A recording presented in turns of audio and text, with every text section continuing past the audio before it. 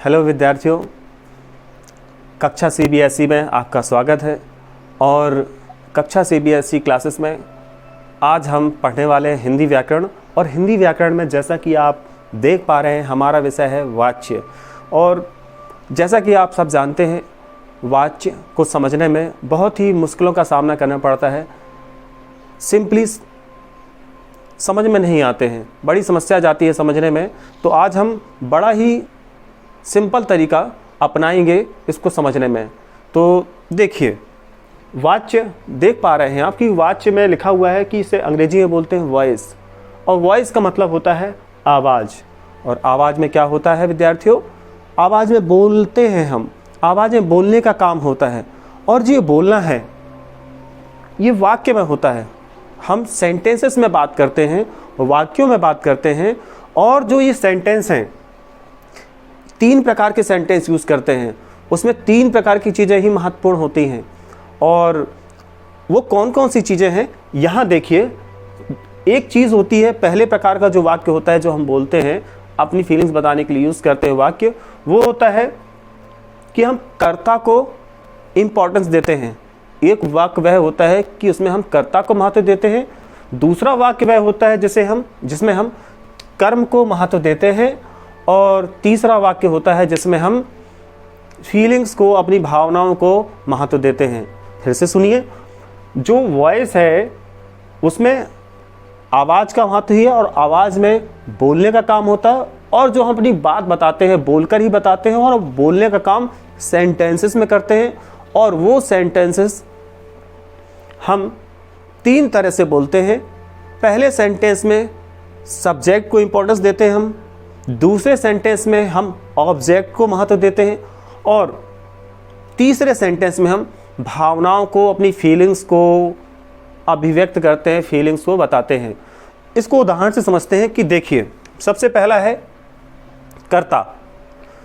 देखिए कैसे इसको हम अपने सेंटेंस को, अपनी बात को करते हैं और हम उसमें कर्ता को महत्व दे रहे होते हैं। देखिए पहला सेंटेंस है हमारा, पहला एग्जाम्पल है, पहला उदाहरण है, राजीव पुस्तक पढ़ता है। राजीव पुस्तक पढ़ता है। इसमें बात हो रही है राजीव पढ़ता है, राजीव पढ़ता है। कौन पढ़ रहा है? राजीव। अर्थात हम यह बताने का प्रयास कर रहे हैं, यह बताने की कोशिश कर रहे हैं कि इस वाक्य में, इस सेंटेंस में, हमारी बात में राजीव महत्वपूर्ण है। अगला सेंटेंस देखिए, राजीव सोता है। इस सेंटेंस में भी हम यही बताने का प्रयास कर रहे हैं कि राजीव ही महत्वपूर्ण है। सोने का जो काम है वो राजीव के द्वारा हो रहा है। अगला देखिए कि कर्म जो है, हमारे अगली बात में कर्म का महत्व कैसे होता है। जो अगला सेंटेंस का प्रकार है उसमें हम बोलते हैं, सोहन द्वारा पुस्तक पढ़ी जाती है। सोहन द्वारा पुस्तक पढ़ी जाती है। आप यहाँ उसका कर्म, पुस्तक पढ़ने का काम बताना चाह रहे हैं। सोहन द्वारा पुस्तक पढ़ी जाती है, आप यह बताने का प्रयास कर रहे हैं कि पुस्तक पढ़ी जा रही है, पुस्तक पढ़ी जा रही है। व्यक्ति महत्वपूर्ण नहीं है, आप पुस्तक पढ़ने को महत्व दे रहे हैं। आप पुस्तक पढ़ने को महत्व दे रहे हैं। इसको थोड़ा सा और यदि आपको अभी समझ में नहीं आएगा तो हम अगले पार्ट में इसे लेकर आएंगे, और अगले पार्ट में बिल्कुल मेरा दावा है कि इसे आप क्लियरली समझ लेंगे। तीसरा देखिए, जो अपनी बात कहते हैं वो फीलिंग्स बताने के लिए करते हैं। फीलिंग्स तो यहाँ ही बता रहे हैं, लेकिन यहाँ पर इन दोनों सेंटेंस में, एक में सब्जेक्ट महत्वपूर्ण है, एक में ऑब्जेक्ट महत्वपूर्ण है, लेकिन तीसरे में हमारी फीलिंग्स ही होती हैं। केवल फीलिंग बताते हैं, अपने अंदर जो चल रहा होता है उसे बताते हैं। फॉर एग्जाम्पल देखिए, सोहन से चला नहीं जाता। देखिए मान लीजिए आप थक गए बहुत ज़्यादा, आपने कह दिया यार मुझसे चला नहीं जाता है, मुझसे खाया नहीं जाता है। तो अपने अंदर जो चल रहा है, आपकी फीलिंग्स जो उमड़ रही हैं, उसे आप बताने की कोशिश करते हैं। और अपने मित्र को बताने की कोशिश कर रहे हैं कि जो सोहन है वह चल नहीं पा रहा है, सोहन से चला नहीं जाता, सलोनी से हंसा नहीं जाता। इस तरह से हम अपनी जो बात है इन 3 तरीकों से करते हैं, जिसमें एक में कर्ता महत्वपूर्ण होता है, दूसरे में कर्म महत्वपूर्ण होता है, और तीसरे में भाव महत्वपूर्ण होता है। और अब हम जानेंगे कि वाच्य की परिभाषा क्या है, व्याकरण की दृष्टि से इसको समझने की कोशिश करते हैं। अभी तो हमने जनरली बातों बातों से समझा कि कैसा क्या होता है, जो हमारे पास कॉमन सेंस था उसका यूज़ करके देख लिया हमने। अब हम व्याकरण की दृष्टि से देखते हैं कि इसकी वाच्य की परिभाषा क्या है। इसे याद करने की ज़रूरत नहीं है, केवल समझिए, केवल समझिए, समझने का प्रयास करिए। ना समझ में आए तो वीडियो को फिर से देखिए, और फिर भी समझ में ना आए तो कमेंट करिए और आपका आंसर वहाँ पर आपको ज़रूर मिलेगा। देखिए परिभाषा, देखिए वाच्य का अर्थ। वाच्य का अर्थ क्या है? जैसा कि हमने बताया, वाच्य अंग्रेजी में वॉइस कहते हैं, और जिसका मतलब होता है आवाज़, और आवाज़ में बोलने का काम होता है। तो वाच्य में क्या हो रहा है? बोलने का काम हो रहा है। तो यहाँ पर परिभाषा दे दी गई कि वाच्य का अर्थ है बोलने का विषय। वाच्य बोलने का विषय है, इसमें बोला जाता है, कहा जाता है। आप समझिए कि अब इसका मीनिंग क्या समझाना चाह रहे हैं वो। वाच्य का विषय तो उन्होंने वाच्य का अर्थ तो बता दिया कि वाच्य का अर्थ बोलने का विषय है, लेकिन वाच्य में जो ये तीन चीजें सम्मिलित हैं, कर्ता, कर्म, भाव, हम वाच्य पहचाने कैसे? तो देखिए क्या बोल रहे हैं वो।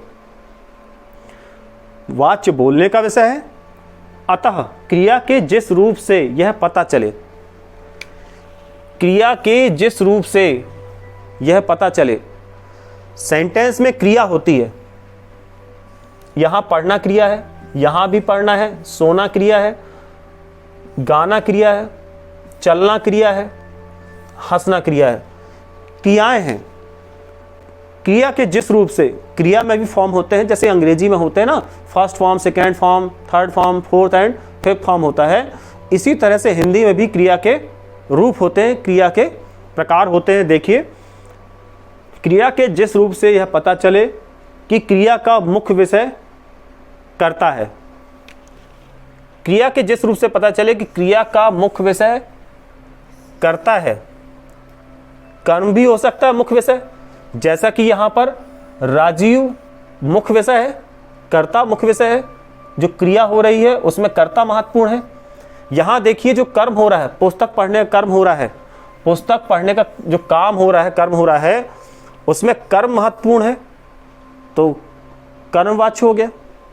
अगर भाव महत्वपूर्ण है तो भाववाच्य हो गया। फिर से सुनिए, क्रिया में हमें पता चलेगा कि क्रिया किसको महत्व दे रही है। क्रिया किसको महत्व दे रही है? कर्ता को महत्व दे रही है, कर्म को महत्व दे रही है, या भाव को? तो क्रिया का रूप ही बताएगा, क्रिया ही बताएगी कि वहां पर कौन सा वाच्य है। अब देखिए, वाच्य होते हैं तीन तरह के। वाच्य होते हैं तीन तरह के, जैसा कि हम पढ़ चुके हैं। पहला जो यहां हमने पढ़ा है कर्ता, इसे हम व्याकरण से अगर देखें, व्याकरण की भाषा में कहें तो इसे हम बोलते हैं कर्तृवाच्य। इसे हम बोलते हैं कर्तृवाच्य।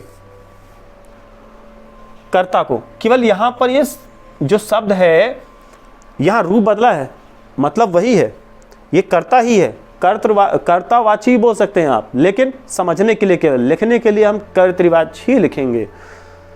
अगला है कर्मवाच्य। इसके बाद अगला है बच्चों भाववाच्य। तो ये तीन वाच्य जो हमने यहाँ साधारण पढ़े, सिंपल तरीके से पढ़े हैं, हमने यही यहाँ पर लिख दिए हैं। इनको और कैसे पहचानेंगे? कर्तृवाच्य से कर्मवाच्य में, कर्मवाच्य से कर्तृवाच्य में, और कर्मवाच्य से भाववाच्य में कैसे इनको चेंज करना है, कैसे बदलना है, अगली क्लास में हम पढ़ेंगे। और हम ये भी जानेंगे कि इसकी 100 ट्रिक्स क्या हैं। 100 ट्रिक्स से हम कैसे पहचानें कि कर्तृवाच्य, कर्मवाच्य, भाववाच्य सेंटेंस में, किस सेंटेंस में कहाँ पर है। अगर ये सेंटेंस ऐसे लिख दिए जाएं तो इस सेंटेंस में कर्तृवाच्य ही है, ये कैसे पहचाने? इस सेंटेंस में कर्मवाच्य है, कैसे पहचाने? इस सेंटेंस में भाववाच्य है, ये कैसे पहचाने? इसको हम 3 सिंपल वर्ड्स में समझ लेंगे। 1 वर्ड इसके लिए होगा, 1 वर्ड इसके लिए होगा, 1 वर्ड इसके लिए होगा। इसको हम समझ लेंगे। तो आज ये वाला पार्ट यहीं तक ख़त्म करते हैं। हम अगले पार्ट में मिलते हैं। और आपको वीडियो पसंद आया हो तो लाइक करिए, कमेंट करिए, शेयर करिए। Thank you.